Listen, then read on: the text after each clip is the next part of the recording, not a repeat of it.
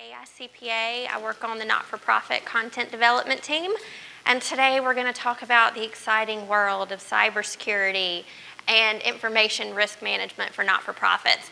Just so I could get a few housekeeping things out of the way, I want to kind of see who I have in the room. So are you guys finance professionals? Maybe just raise your hand. Executive directors? So mostly finance, development? Couple? Okay, so finance and development. Good to know.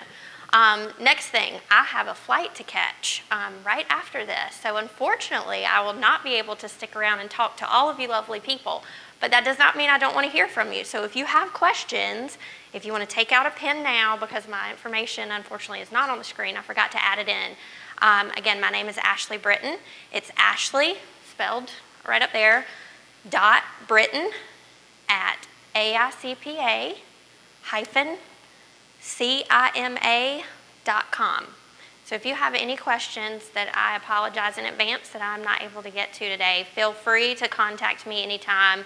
Also, if you go on the AICPA's website, go to aicpa.org/NFP. I'm on the landing page, so you can get to me there too. So, Could you repeat the email address? The end of my email? Yeah.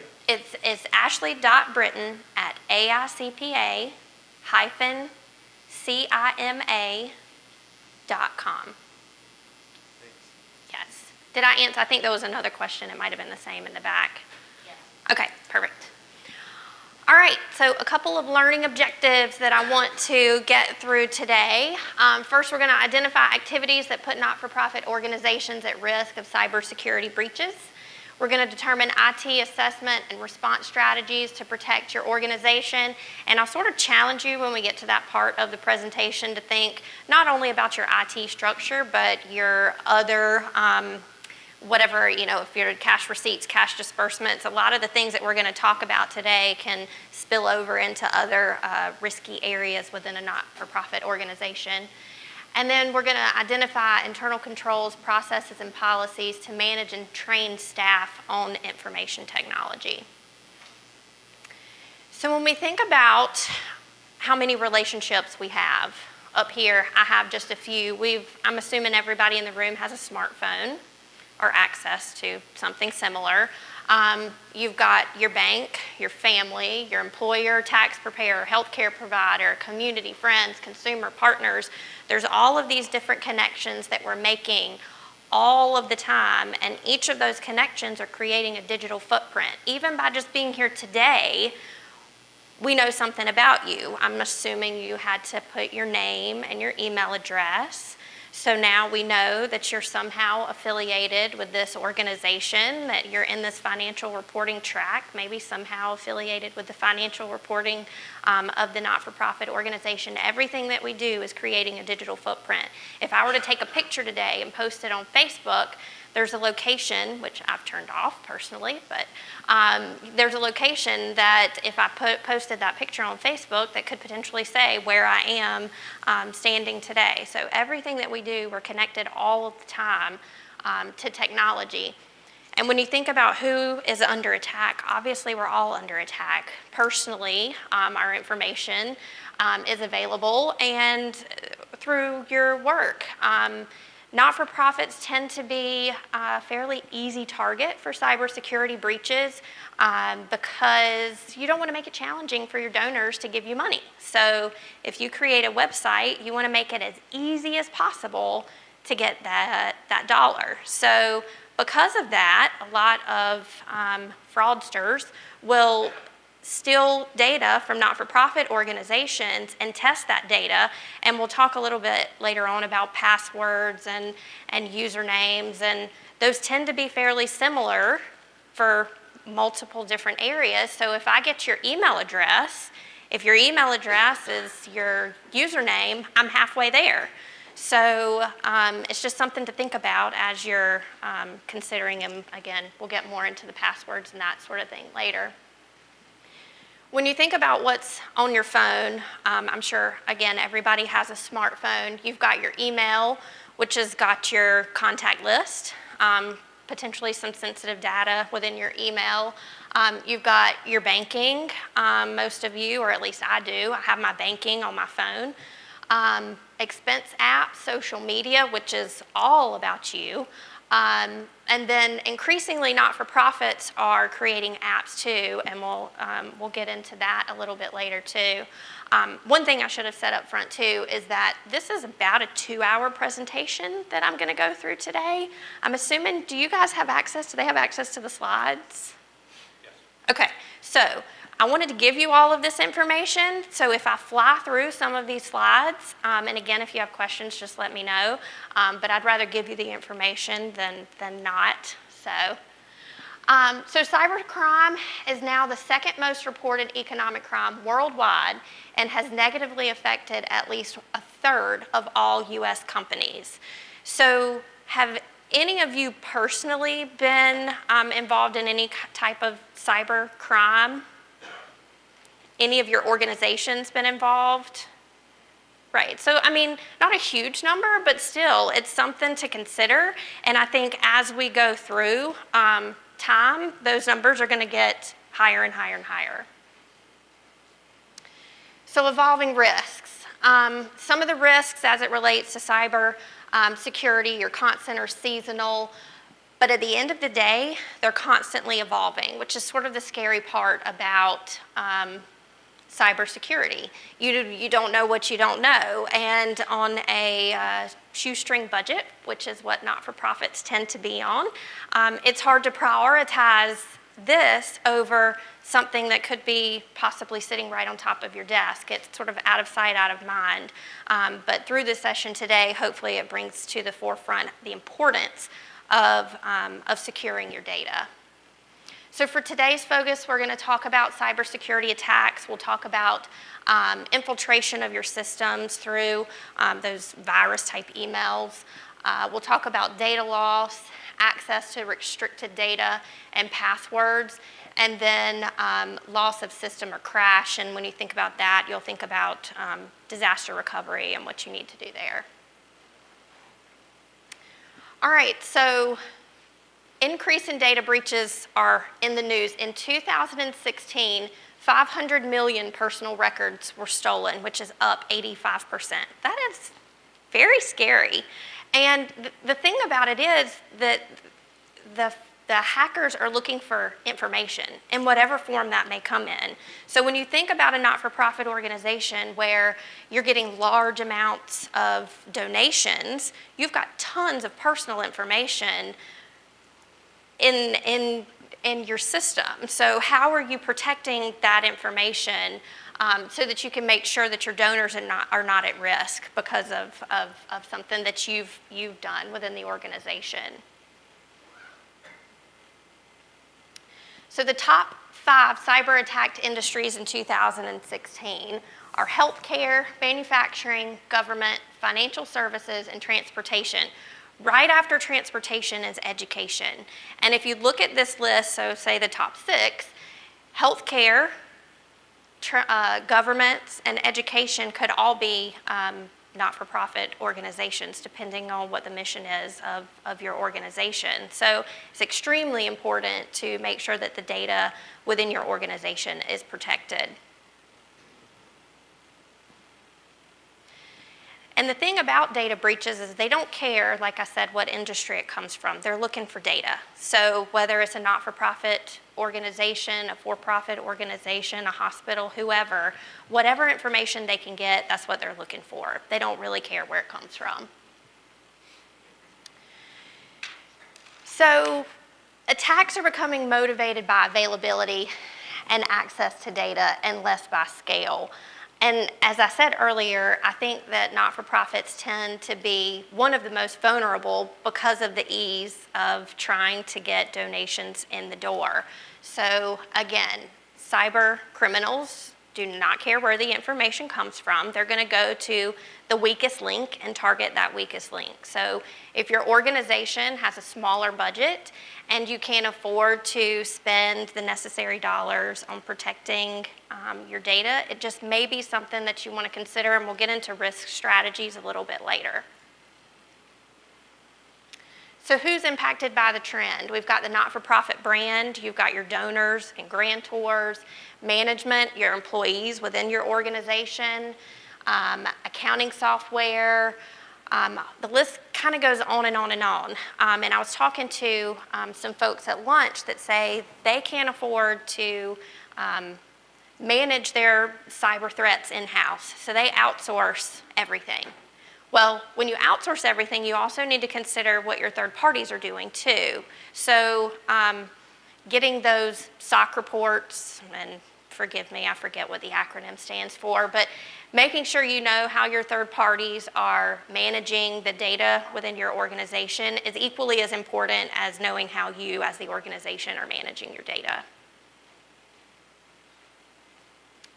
So some future trends, I think we'll see an increase in obviously the number of attacks on individuals.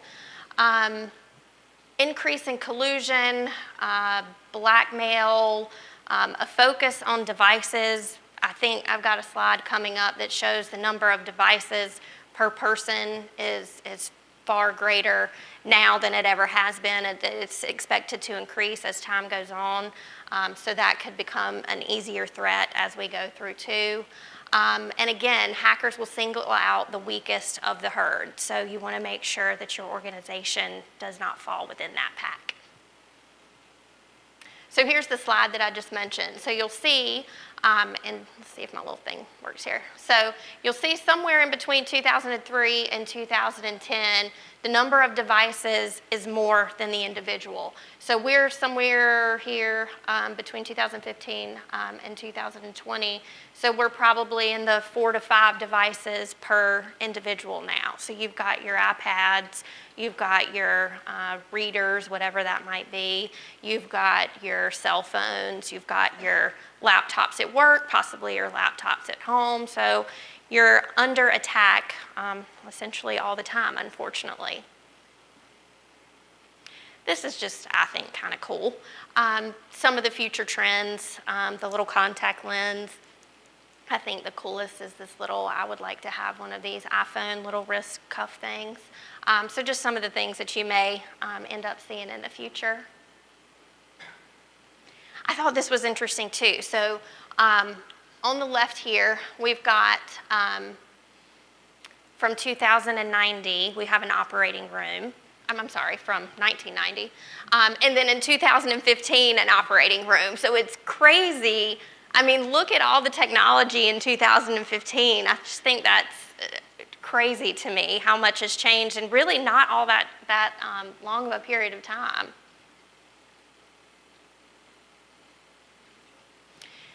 This is a little bit outside of my wheelhouse, but just so you know that there are some laws that govern these types of things. So I put this up here more for your information. I would suggest you talk to someone who is much more knowledgeable about the laws around cybersecurity than me when you're thinking about some of these. I do know that the last thing here, this is if you're doing anything outside of the U.S., that's going to have a major impact. So looking into that a little bit deeper would probably be beneficial. So when we talked about data earlier and that hackers are just looking for big data, one thing that I don't think that not-for-profits understand is that you have big data too. So even just having names and email addresses could be big data. Again, when we talk about the usernames and what people usually use as their username is used on multiple platforms. So if your username to sign into your not-for-profit donation site is the same as your username for your bank, then you're halfway there. So now I've just got to figure out your password. So again, you have big data too, even if it's just as simple as names and email addresses. So this is just a little bit of a a picture showing the type of data that you might have within your organization. So that outer layer there is the public use, which on the right side of the screen in the little triangle is intended for the public. It's at the bottom of the triangle. So we don't care about that information quite as much. Then you've got internal use. Maybe it's your donor information, or maybe it's your employee information, things like that. Then you've got confidential when you're talking about maybe social security numbers. If you're in healthcare, there's all kinds of confidential information related to that. And then your top secret information. And on the right here, this is just sort of the level of care that you need to pay to those different types of data. And I guess before I move on, and I'll encourage you to break in at any time and share your war stories. We'll get into some of the sample emails that people have gotten over the years. So please, if you have questions, feel free to shut me up at any time. So what's at stake? You've got your donor registration forms. Those could be hard copies or soft copies, depending on what you require on those donor registration forms. Then you've got the financial database. You've got checks, obviously wire transfers, the W-2s, 1099s, things related to your employees and your independent contractors, all of your employee information down to emergency contacts. And then you've got quarterly reporting, emails. And I think the thing that I want to make the most clear is that your sort of first line of defense is your employees. So making sure that your employees know what types of emails that they should and should not be opening, what types of websites they should and should not be going to. They are your first line of defense at protecting your organization. So educating your employees, and not just on the front end when they're hired, but continuously, as we said, you know, it's changing over time. So keeping up with that education is going to be key.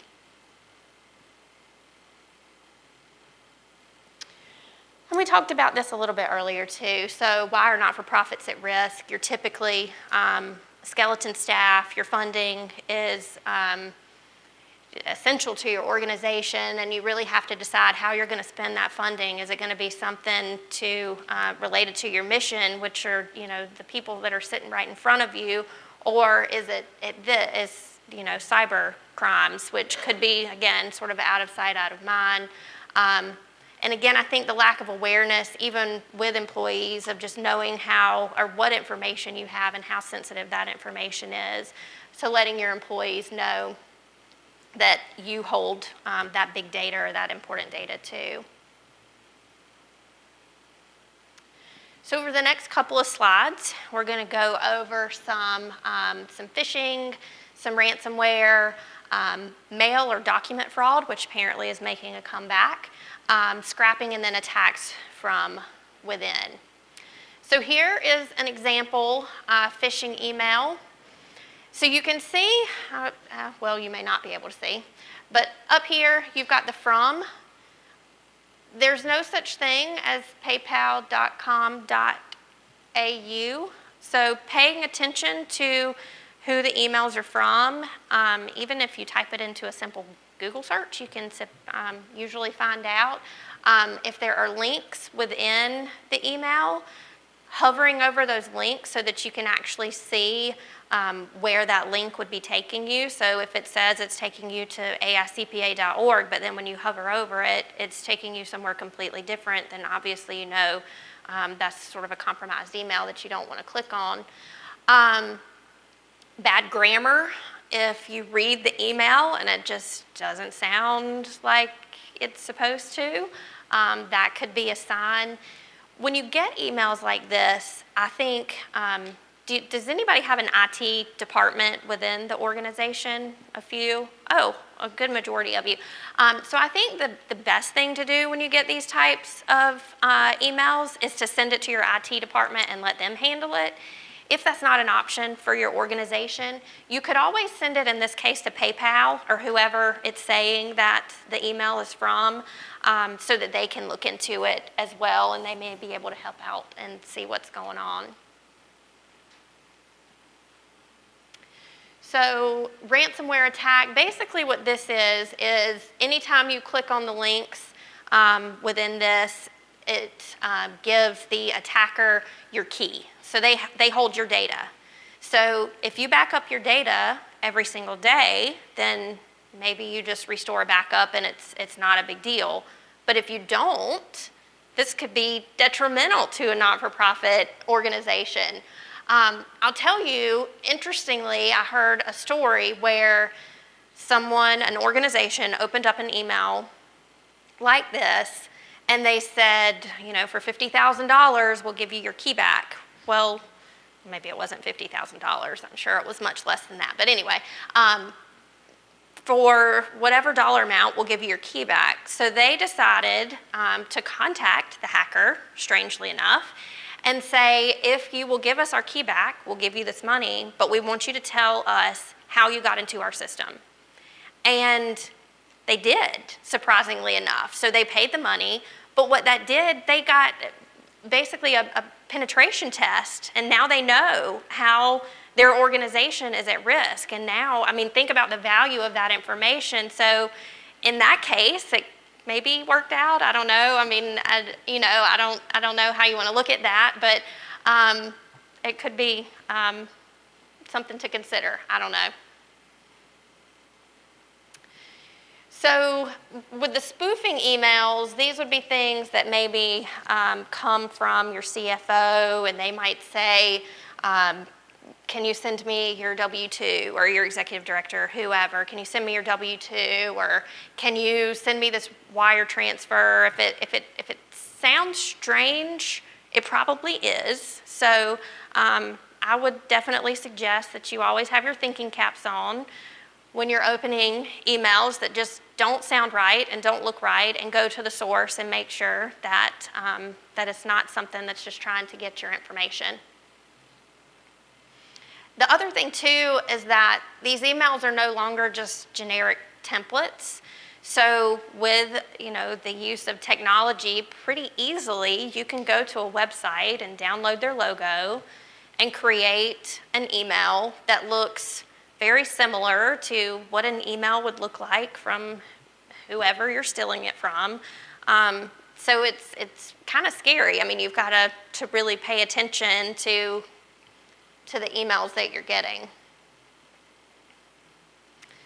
So these are just another couple of spoofing emails. And again, you'll see that they have the logo here. This looks totally legit, but it's not. So again, you just have to be careful. One thing I do know that I think the most banks are doing now is that they're not asking for information through email. So if you get an email from a bank that says, hey, I need your whatever, call the bank, because it's more than likely not true. Because of the increase in cyber attacks, some banks have decided just to do away with that form of communication altogether.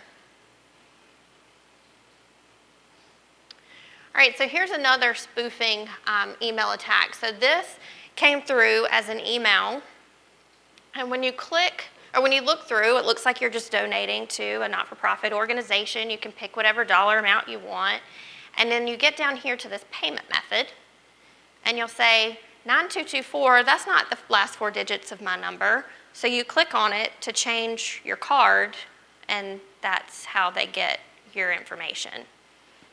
So they're very crafty. So again, education is important. Yes? We had an attack happen where the email came from a friend of a VP for our organization. And so her account had been hacked. It was really benign looking email. And what it did was take over her email account, ask her to go log into Outlook online, which she did. And then her email account sent everyone in our organization, of which out of the organization is about 350 people, 50 people that had. Yeah, so for the video, someone within the organization gets an email from a friend, looks totally legit, So they click on it, it takes them to another site, which gives them access to their emails, and they send an email to everyone within the organization. So it's so simple and easy, and you don't even know sometimes that you're doing anything wrong.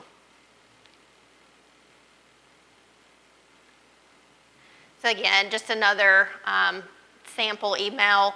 You know, I've gotten these emails from the king of some country saying his daughter needs some money for some health reasons or whatever it may be. Can you please wire me $50,000 and I'll pay you back tomorrow? Okay, well, obviously don't click on anything that sounds as ridiculous as that. So I don't know if you guys remember the shooting that happened at the nightclub, and after that, several GoFundMe or any type of account, I hate to sort of throw them under the bus, but for some of those types of accounts, there's not a whole lot of information that's required to set those things up. So when you look at this, there's two here. So one of these is fake and one of these is real. So maybe just a show of hands, who thinks the top one is fake? Okay, who thinks the bottom one is fake? Okay, so the bottom one is fake, so you guys won. So yeah, but even that, I mean, if you got it, would you really know the difference unless you had something else to compare it to? I mean, who knows? So you never want to click on any links. This, I think, was a text message that was sent out, just a huge mass text message. So if you have any of your donors' phone numbers, again, another piece of big data, huge mass text message was sent out. Click on this link and donate to this wonderful cause. And now,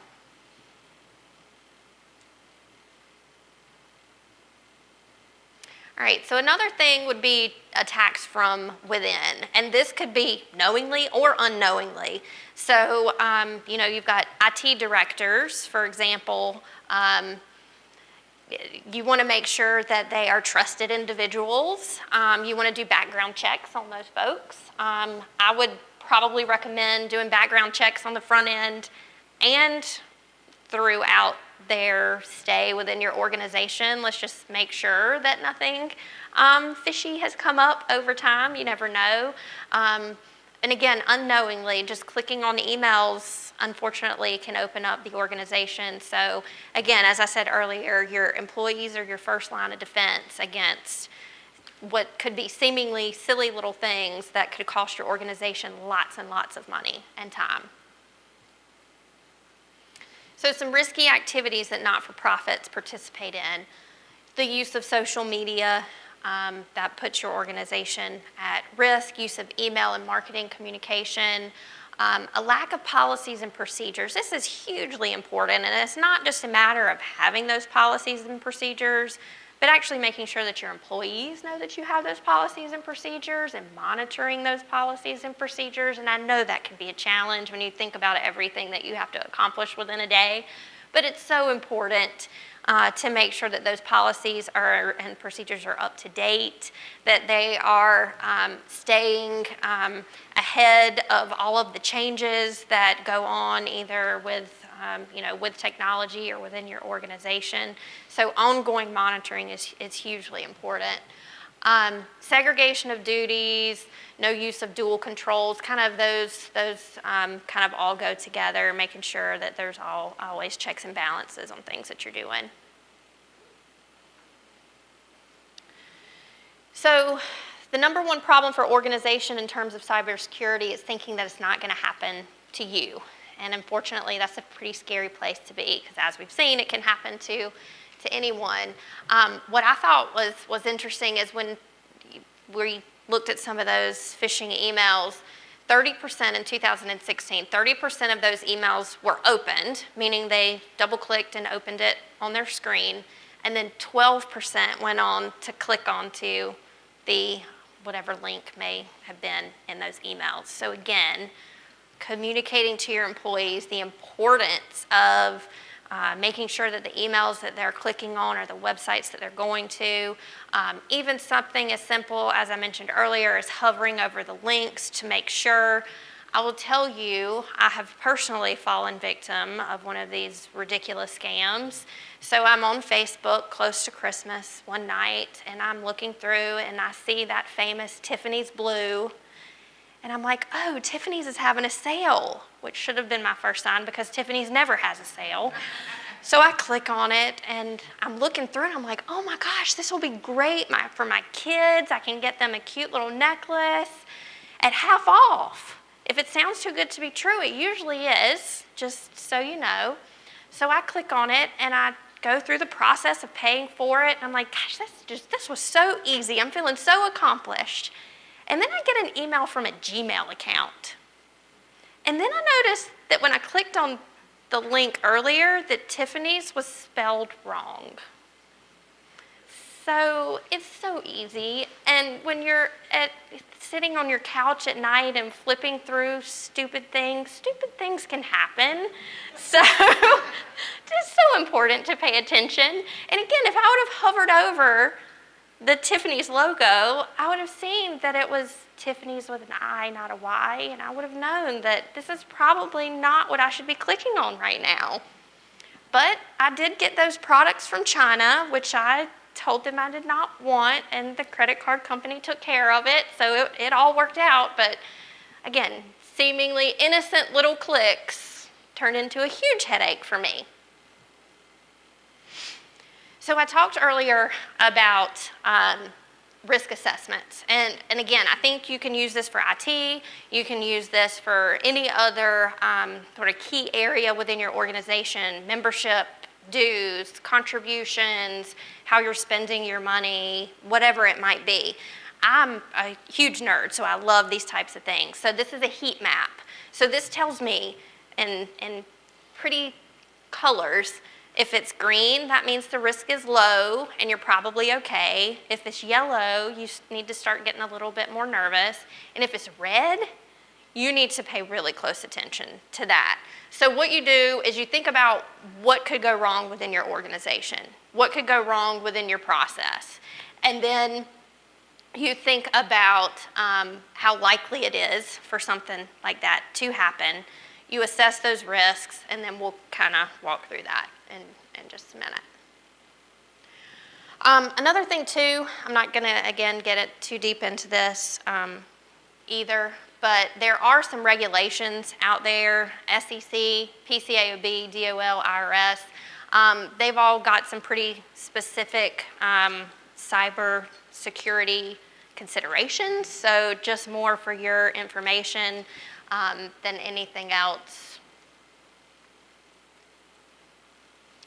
So the goals of an IT assessment is, or any assessment really, is to identify and analyze and then prioritize the risks from both threat models. So you want to identify gaps within the current state of your process, and then you want to be able to address those through maybe internal controls, maybe training, maybe policies or procedures, however you can address those.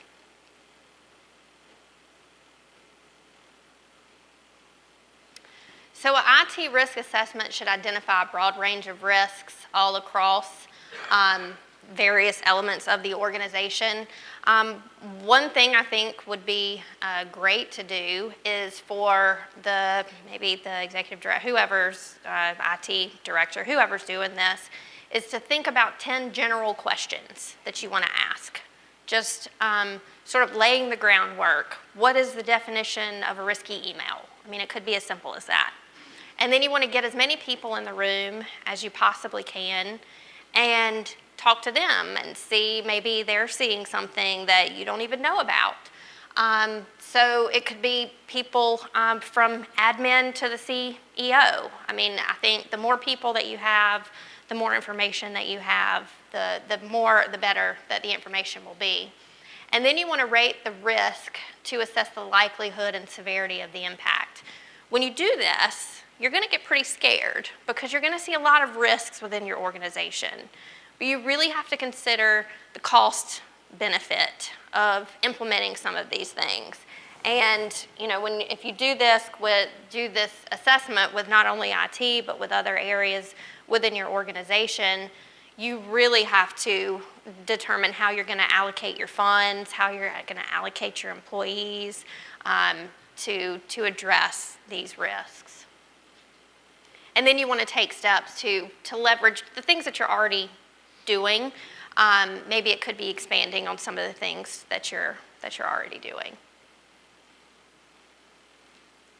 All right, so here is just a risk statement. These are just two different examples of things that may come out of those meetings. And again, we've got the low risk, medium risk, and high risk. Maybe it's that you want to focus your areas and or your efforts on that high risk to make sure that you're really addressing those and not paying quite as much attention to the low risk unless they somehow get into that higher risk. And then, again, going back to management needs to make a judgment on the severity of the impact using an appropriate scale. You're not going to be able to fix everything. So some things you need to consider, there could be possible fines, laws that you're violating as it relates to some of these. You've really got to consider the cost of compliance and how you want to allocate your dollars to addressing the risks that you identify throughout this process.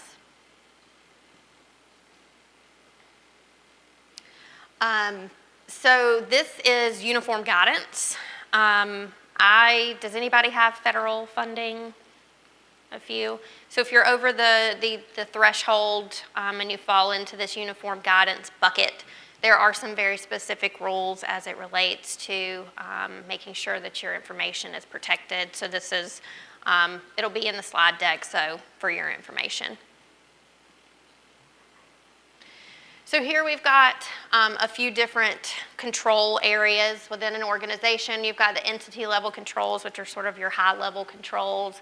The manual controls, which are the things that you do, like it says, manually. The IT department manual controls, IT general controls, and application controls. Click through. So we've talked about the risk assessment, we've talked about policies and procedures. Strategies and plans is going to come out of that risk assessment, and it could even come out of a discussion of the policies and procedures. And then let's move on here. So these are just some general IT controls.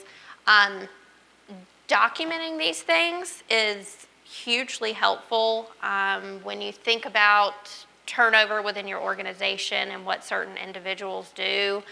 It's really important and nice to have real documentation on what people do every day. So security control. Security is consuming a larger share of IT resources, but security effectiveness is not improving. So we're more and more online now. But unfortunately, some of the policies and procedures are not keeping up with that. So again, something to consider as you're going through your risk assessment. This is another layout. It took those risks that we talked about 2 slides ago, and then it puts it into the control objective, the level of risk, who's doing whatever it is, who's actually owning it within the organization, when it's done or when it's effective, and then whether or not it's annually, daily, the frequency of the control, and whether or not it's a key control. Again, application controls, these are just some of the examples of some of those application controls, purchases over a certain dollar amount requiring 2 signatures, wire transfers, or controls around that. So again, just some various examples. What does MIP stand for? MIP, that's a great question. Does anyone know what MIP stands for? Somebody just said it. Yeah. It's a software, right? Yes, it's a type of software. And what that says is that your software doesn't allow multiple entries. So, I mean, it could be any system built or any control built into your system. All right, so combating cybersecurity threats. It's time to return to the basics. Do we have any questions up until this point? I guess we're a little more than, we've got about 20 more minutes left. So I'm going to get into some tips on combating cybersecurity. But are there any questions before we get into that? Yes. I just wanted to point out that backups alone are not enough to protect yourself from ransomware. You have to take backups and then take the backups offline so they can't be reached by. Right, that's a great point. So I mentioned earlier about ransomware, and it could be a matter of just restoring your backups. But if your backup is backed up into an internal server, whoopsie, that's gone too. So you have to make sure that those backups are stored by a third party. That's a great point. All right, so 5 tips on combating cybersecurity risks. Draft and maintain a data management policy, password controls, encrypt your sensitive data, regularly monitor activities on accounts, and manage your privacy settings and controls. And we'll dive into each of these a little bit more. So you want to take stock of what you actually have. What policies do you currently have in place? Do those policies still make sense for your organization? Do you need to change those policies in any way?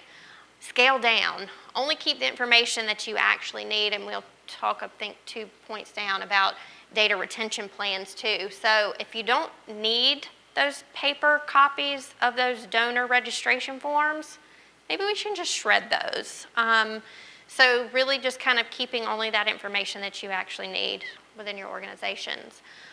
Lock it. Implement appropriate safety measures, whether that's locking your computers if you walk away to go to the restroom. I mean, how often do people do that? I'm guilty of that all the time. So, but it's important because we've got, I mean, for me, I've got AICPA member data on my computer. I was just having a conversation with my boss yesterday about getting involved in another aspect within the organization and the risk that opens up to me. So if I lost my laptop, I could have donor or member information out in the world. It's so scary. And with that, you know, you've got to think about how you're going to protect that. Your data retention plan. A couple of years ago when the IRS changed their 990, they started asking a couple of different policy questions. I think that data retention plans are very important. So basically what it is you're going to, as an organization, decide that after a certain number of years, you're going to chunk the information. So it's not just a matter of having that policy, it's sticking to that policy. And if you've got old information, getting rid of it. And plan ahead. So be prepared for a data breach, and whether that's getting a third party to back up your data on a regular basis, maybe it's that, whatever makes sense for your organization. But again, it's not just a matter of having these policies, it's a matter of monitoring these policies, making sure that they still make sense for the organization, sharing that knowledge with your employees so everyone knows what these policies say and what it means for them as an individual and what it means for the organization. Passwords are like underwear. Change them regularly. So the AICPA has a policy that every, I think, 40 days, I get an email that says in 5 days your email or your password will expire. And then the next day, in 4 days, and it counts me down to force me into changing my email or my password every 45 days. So maybe your organization is not, I'm sure that's some type of automated email that gets sent out to all of the employees, but maybe your organization's not that sophisticated. Maybe it's a matter of the administrative assistant putting a calendar reminder and emailing everyone and annoying them until they change their password every so often. But again, when I talked earlier about if I know your email address and that's your username, and now I've got your password I mean, how much information can I get? How many times do you use the same email and the same password, or the same username and the same password for multiple, for your bank, for your own personal, Gmail or Yahoo or whatever accounts, for Amazon, for PayPal? I mean, there's so many username and passwords out there. The IRS started requiring that you change at least 20%, because what they found is that most people will just change their password by adding a 1 at the end. Well, how easy is that? So now they require that too. Encrypt your sensitive data. Data encryption is no longer just for business. It's for everyone. So it's making sure that information, if my laptop is stolen, that my data is encrypted so that no one can get that sensitive member information. Regularly monitor the activities. I feel like I've said this 1,000 times. You've got to just not only have those policies, you've got to monitor them. You've got to make sure that the education is ongoing, because the threats are changing all the time. So you can't just put a policy in place and say, okay, check that box, I'm done. It's so much more than that. You've got to make sure, whether it's on a yearly basis or quarterly basis, whatever makes sense for your organization. But to be honest, I think that the heat map exercise that I know I flew through very quickly is actually a really important exercise. Again, not just for IT, but for everything. But what I see a lot, or when I was in practice, I saw a lot of my clients do, is do that on a yearly basis. At the end of the fiscal year, their board and management would get together and go through that heat map exercise, which is great for my former auditor hat. I always love to see my clients doing that. So that really meant that they were monitoring the ongoing activities of the organization. They weren't just doing what they always do. They were thinking about how things could change within the organization, and they were adapting to those in more of a real time. So, minimum network security, there's all kinds of software. I won't get into all of that, but there's tons of software out there that can assist in helping you detect multiple logins, things like that. Manage your privacy settings. So I'm assuming we have some parents in the audience. I'm a parent. I have two small girls, and on both of their iPads, I have privacy settings to make sure they don't go online without me entering a password. So I do that for my children. I think it's also important to do for your employees, as silly as that may sound, but if your employees are your first line of defense, let's just take away that thought process a little bit maybe, so that they don't, during a 30-minute lunch break, go surfing the internet or go looking at their personal emails and click on something that could open up your organization into something terrible. So managing your privacy settings could be an option for an organization as well. So what can you do right now? We've got a couple of questions here, and we've got about maybe 15 more minutes. I don't want to continue talking if you guys have questions, so please, do you feel free to stop me at any time? Okay. All right, I'll keep talking then. All right, so are you confident with the accuracy of your data classification policy? Do you have a data classification policy? Maybe that should have been the first question. And is it effectively enforced? Again, it's not a matter of having the policy, it's got to be enforced and monitored too. Do you currently review your third-party SOC reports?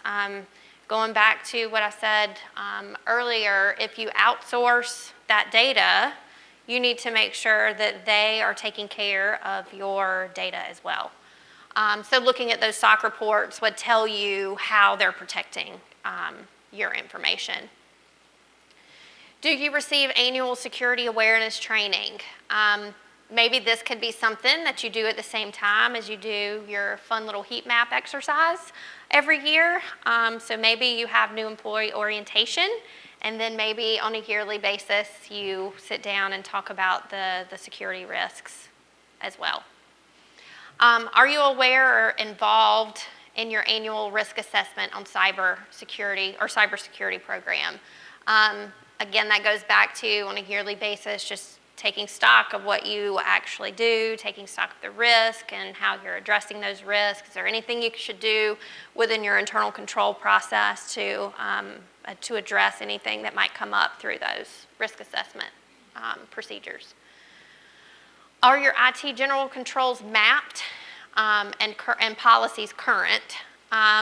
So I work for the not-for-profit section at the AICPA, and just a little tiny plug for them. They have lots of policies and procedures available on our website, aicpa.org/NFP, for NFP section members, and some are open to the public too. So getting those policies in place would be key. Our segregation of duties reviews performed. This is a little bit outside of the scope of what we're talking about today as it relates to cybersecurity, but it's so important that I didn't want to leave it off of this slide. So we want to make sure that any one person can't go through a process from start to finish, whether that's in your internal or in your IT, in your writing of a check, in your making of a deposit. We want to make sure that we are separating those controls so that one person couldn't perpetrate and conceal some type of fraud. What are the legal and regulatory concerns for your industry and NFP? That could vary by state, that could vary by your funding sources, that could vary by organization. There's all types. So someone needs to pay close attention to that knows the legal ramifications if something were to go wrong. And then, has an IT security or network penetration test been performed in the last 36 months? So the penetration test is what I talked about with that ransomware attack. So there are companies out there that will go into your system and see where you may be at risk. So that could be, I don't know what the cost is associated with that. I don't know if it's worth the cost for your organization, but just to throw it out there that it might be something to consider performing on a regular basis. Yes? Security metrics, which is required to have PCI compliance issues. In other words, you're taking credit cards. Yes. We all are Yes. for donors. We ended up just giving them all of our outward-facing IP addresses, and then their quarterly effort provides us with our security penetration testing. They're pretty inexpensive considering that they're doing that. So, it's just it's an easy way to go. In other words, we didn't just give them the places the IP addresses that are used for credit cards. We gave them everything. For our organization. Right. Testing it all the time. Right. And can you say the name of that one more time? Security metrics. Security metrics for the folks on the video. Just quickly though, that isn't a full penetration test. That's only. No, it's just an outside IP. Right. Right. I'm the director of IT, and I've actually worked at Britton before, so I feel like I should get you a microphone then. the network scanning is a false sense of security. Right. In reality, I mean, take it at its worth, but it should really be more of a security posture, because really a lot of the attacks that are going on is more with like social engineering. Right. And that actually, when I was on teams, I was surprised how many times we could actually call and pretend we're help desk, especially with small businesses. We're used to talking to different IT people. Right. Right. We call PM help desk, make a remote session, and we're reached. Right.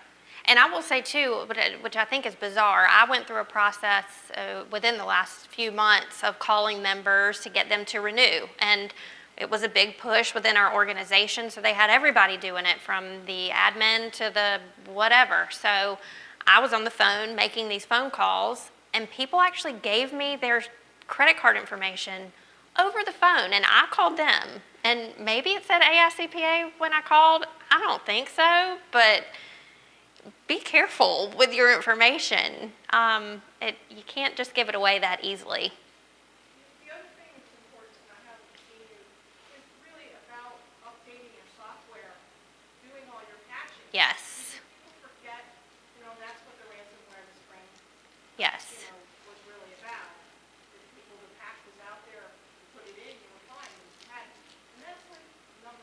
Yeah.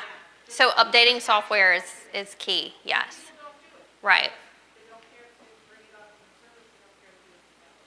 right. All right, so we've got 5 more minutes together. Anything else? All right, so some themes for combating cybersecurity risks. Board support obviously is super important. The people, again, they're your first line of defense within opening those horrible emails that could open up your information. Data security organizations should be aware of the movement of your data, and I think as you're going through that risk assessment process, that should probably be one of those 10 questions or so that I talked about, is how your data moves through the system. And then continuous improvement. Again, it's ever changing, so you want to make sure that you're keeping up with the trends. Thoughts for the future. Cyber insurance. I didn't even know that was a thing until I started researching it. You're shaking your head. So now we know cyber insurance, cloud adoption. I think more and more people are moving to the cloud, so I think that's sort of already starting. Network segmentation, analytics, automation, and then cyber sparring partners. I think getting together with like organizations and maybe sharing some war stories and figuring out what's happened with other organizations and how, or could that potentially happen to your organization? How are you addressing whatever risks that your peers are seeing? So in summary, cost of doing business.